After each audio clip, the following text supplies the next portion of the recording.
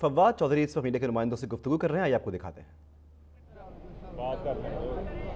हम कोशिश करते हैं कि केस के ऊपर रहें, ये ना करें कि यहाँ पर सुप्रीम कोर्ट में लोग जो है वो केस जानना चाहते हैं और जिस तरह मुस्लिम लीग के हमारे चमचे कड़छे आ जाते हैं उनको पूछे कि सवाल गंदम जवाब चना कि सुप्रीम कोर्ट में आज क्या हुआ। नहीं जी, इमरान खान देखें जी वो जी उस केस में नहीं पेश हो रहा। अच्छा, आज आपके आर्गूमेंट्स क्या थे? और देखें जी बस ये पीटीआई वाले ही ऐसे हैं, ये इनके आर्गूमेंट्स होते हैं। तो हम ज़रा स्पेसिफिक उस केस पे रहना चाहते हैं। तो पहले हिस्से में जिस तरह मैंने आगे अर्ज़ किया था, उन डॉक्यूमेंट्स का तज़किरा हुआ जो रात को 2 टेलीविज़न ने ख़ुसूसन दिखाए और बताया कि कितना बड़ा नया रेवोल्यूशन आ गया है। और जस्टिस अजमत सईद साहब ने सुबह बड़ी नाराज़गी का इजहार किया, जजेस ने बड़ी नाराज़गी का इजहार किया और उसके बाद ये कहा कि कोई भी नया पेपर नहीं है। अब मैं ये पैमरा को ज़रा तवज्जो दिलाना चाहूँगा। वैसे तो अबसार आलम साहब भी, तानियाल अजीज़ और अबसार आलम में कोई फ़र्क नहीं है अल्हम्दुलिल्लाह। अपने लोगों को चुन चुन के BA पास लोगों को लगाया गया है। अबसार आलम के लिए हमने देखते हैं चेयरमैन पैमरा के लिए किस तरह जो क्वालिफ़िकेशन थी 16 साल एजुकेशन थी, अबसार आलम को लगाने के लिए 14 साल लगा दी गई। तो अब मैं ये जो पैमरा जो कार्टून दिखाने के ऊपर टेलीविज़न चैनल्स को नोटिस भेजता है, अब मैं उम्मीद रखता हूँ कि कल रात जिन टेलीविज़न चैनल्स ने इन डॉक्यूमेंट्स को बढ़ा चढ़ा के पेश किया और बताया कि एक इनकलाब आ गया है और आज जज साहब ने उनका ट्रैश हुआ, सारे का सारा पता चला कि वो जो कागज़ है वो सिर्फ जहाज़ बनाने के काम आएंगे और पानी में कश्तियाँ चलाने के काम आएंगे। उम्मीद है कि पैमरा अब इसका नोटिस लेगी और इन चैनल्स को जिन्होंने इन डॉक्यूमेंट्स को ब्रेक करने की कोशिश की और बताया कि पता नहीं क्या आ गया, लोगों को मिसलीड करने की कोशिश की, उनके ऊपर वो नोटिस लेंगे और उनको वो बताएंगे कि वो उनका जो कंडक्ट है वो सही नहीं है। दूसरा जो मामला है वो वहीं पे है। शुरू दिन से पापा के वकील आते हैं, वो बताते हैं कि पापा पापी नहीं है, बच्चे पापी हैं। बच्चों के वकील आते हैं, वो कहते हैं बच्चे पापी नहीं है, पापा पापी है। असल में जो नटशेल है वो ये है कि पापा भी पापी है, बच्चे भी पापी है और पिछले भी पापी थे।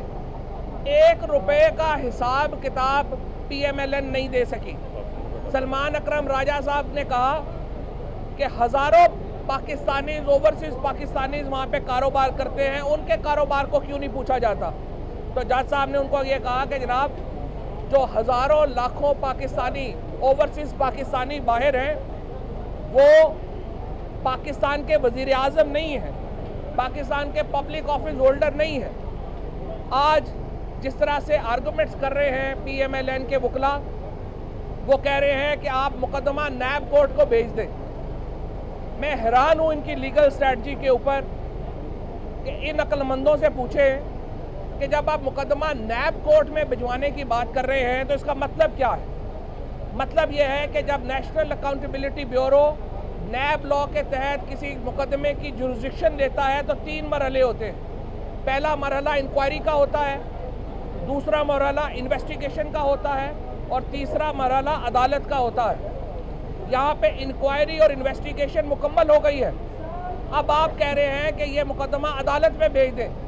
जब आप अदालत में भेजते हैं मुकदमा तो फिर आपके पास 2 रास्ते हैं, या आपको गिरफ्तार किया जाएगा या आप जमानत लेंगे।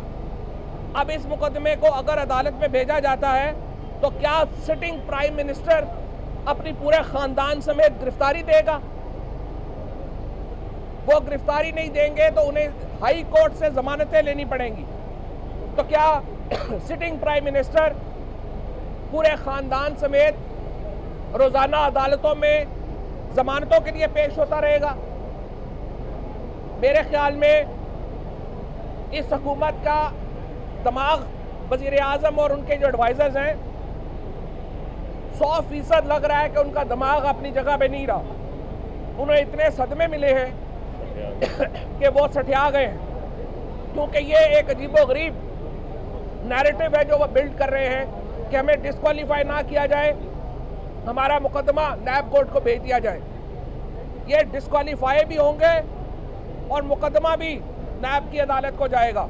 इसके साथ साथ आज जजेस ने जो हिंट किया है कि जो जाली कागजात जमा कराए गए उनके ऊपर 476 एक केस बनता है पाकिस्तान पीनल कोड का, मरियम नवाज शरीफ, हुसैन नवाज शरीफ और हसन नवाज शरीफ पे, और उसमें 7 साल कैद है।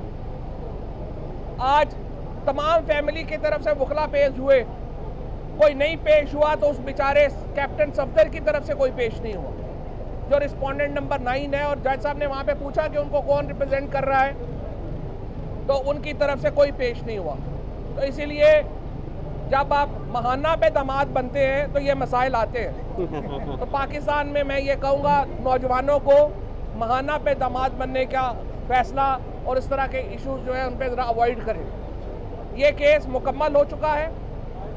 कल इंशाल्लाह आप देखेंगे कि पहले हाफ में जो वकील हैं उन्होंने अपने आर्गूमेंट्स मुकम्मल करने हैं, और आखिर में ये जो कि अपना जो हमारे जो वकला हैं, शेख रशीद साहब हैं जमात इस्लामी के, और नईम साहब, उन्होंने 15-15 मिनट उन्होंने लेने हैं। कल ये मुकदमा कॉन्क्लूड हो जाएगा, जैसे कि मैंने आपको 2 दिन पहले भी जो मेरी प्रेडिक्शन थी वो थी, और उसके बाद इसका फैसला सुनाया जाएगा। वज़ीर आज़म पापा भी घर जाएंगे, बच्चे जो हैं वो जेल जाएंगे, और फिर उसके बाद सारे जेल जाएंगे, इसलिए कि 14 साल सज़ा और 10 साल डिस्क्वालिफिकेशन फेस कर रहे हैं। और ये जो सारे यहाँ पर, मुझे जो एक और बड़ा दुख है ज़ाती तौर के ऊपर, 48 घंटे रह गए हैं, दानियाल को वज़ीर नहीं बनाया गया। हमने पूरा साल कैंपेन की कि दानियाल अजीज़ को वज़ीर बनाओ, लेकिन इन जालिमों ने नहीं बनाया, और इस बेचारे का गला बंद हो गया है। दलाल को, दानियाल को, ये इनके 48 घंटों में, अब आज इनको वज़ीर बना दे, कोई रहम करे, कोई तरीका होता है, इनको रहम कराए ताकि ये वज़ीर बन जाए, और कम अज़ कम जो है कि कह तो सके निज़ाम सिक्का की तरह कि एक 24 घंटे हम भी वज़ीर रहे थे। बहुत जो पहले डेट पेश की थी आज उन्हीं के वकील ने कहा कि वो गलत थी, आज जो डेट पेश की है क्या वो ठीक है, उसमें कौन से ऐसे डेट के सामने आए? उनके वकील साहब ने जो डॉक्यूमेंट पेश किया है, अल्हम्दुलिल्लाह एक भी जो है वो सही नहीं है। तमाम डॉक्यूमेंट्स फोर्ज्ड हैं, तमाम डॉक्यूमेंट जाली हैं, और पाकिस्तानियों के लिए बड़े शर्म की बात है कि हम पे एक ऐसा ख़ानदान मुसल्लत है, एक ऐसा ख़ानदान हुकूमत कर रहा है जो जालसाजी को, फोर्जरी को, मनी लॉन्ड्रिंग को, फ्रॉड को कोई ऑफेंस ही नहीं समझता। वो कहते हैं कर लिया जी, क्या हुआ? वो कहते हैं हमने कौन सी करप्शन की? आपने नवाज शरीफ साहब को सुना? यहाँ पे ऑफेंसेस चल रहे हैं, यहाँ पे आपके ऊपर करप्शन, फ्रॉड, ये हर एलिगेशन आपके ऊपर है, और वो कहते हैं मेरे पे कौन सा एलिगेशन है, मुझे तो पता ही कोई नहीं है। बता देना क्या किया था उनके ऊपर फ्रॉड का, मनी लॉन्ड्रिंग का, करप्शन का, और अब फोर्जरी का केस है। और नवाज शरीफ साहब को चाहिए कि अपने वकला से ब्रीफिंग ले ले और पूछ ले कि हम पे केस क्या है।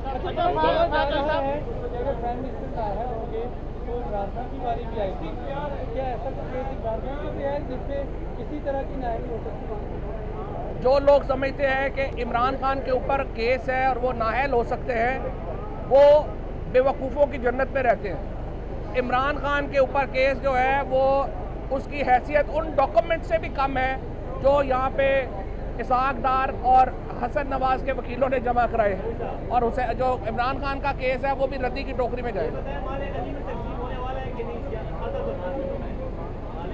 देखिए, पाकिस्तान में जो डिबेट है वो डेमोक्रेसी से, यानी जमहूरियत से क्वालिटी डेमोक्रेसी की तरफ गई है। इस केस के नतीजे में, इमरान खान और पीटीआई की जदोजहद के नतीजे में, पाकिस्तान बहैसियत एक रियासत, बहैसियत एक मुआशरा आगे बढ़ा है। हमने समझा है कि ताकतवर तरीन जो ख़ानदान है उसको भी करप्शन की इजाज़त नहीं होगी पाकिस्तान में। ये जो डिबेट है पाकिस्तान में, ये बहुत हेल्दी डिबेट है, और हम इंशाल्लाह एक अच्छी सोसाइटी और अच्छी रियासत की तरफ बढ़ रहे हैं। 100% इन तमाम मुकदमात में सजाएं होंगी, क्योंकि एविडेंस बहुत ज़्यादा है। फाजिल साहब ये बताएं कि पिछला चारों से कोर्ट एक ही बात कहनी कि मनी ट्रेल लाई जाए, मनी ट्रेल लाई जाए, आप क्या समझते क्यों नहीं लाई जा रही? है ही कुछ नहीं है। कोर्ट 1.5 साल 4 दिन से कब कह रही है? कोर्ट तो 1.5 साल से कह रही है। उससे पहले 1 साल से हम सड़कों पे कह रहे थे कि आपने अपना बताना है कि ये पैसे आए कहाँ से। पापा कह रहे हैं बच्चों से पूछ लो, बच्चे कह रहे हैं बड़े पापा से पूछ लो, बड़े पापा जो है वो कब्र में है, वो कह रहे हैं ये इसमें कर लो, ऐसे ही चल रहा है। साहब ये जो पैसा है जो मनी लॉन्ड्रिंग है, क्या ये कौमी खजाने में भी आने की तवक्को है? सारा एक एक पैसा इंशाल्लाह कौमी खजाने में आएगा और ये इब्तदा है। ये जो सारे आपको नज़र आ रहे हैं घबराए हुए, जिनके रंग उड़े हुए हैं, ये रंग जो है वो क्यों उड़े हुए हैं? इसलिए कि इनको पता है उनकी भी बारी आनी है। और यहाँ मैं ये भी बता दूँ कि अभी नवाज शरीफ साहब और उनके फैमिली के सिर्फ यूके की प्रॉपर्टीज़ और यूएई की प्रॉपर्टीज सामने आई हैं। अभी जर्मनी की, स्पेन की, जो अबू धाबी की, सऊदी अरब की, रशिया की, ये बिजनेसेस सामने नहीं आए हैं, ये भी इंशाल्लाह सामने आएंगे। और आप पीपल्स पार्टी वाले आ गए हैं जिन्होंने टूर्नामेंट नहीं खेला लेकिन ट्रॉफी लेने आ गए।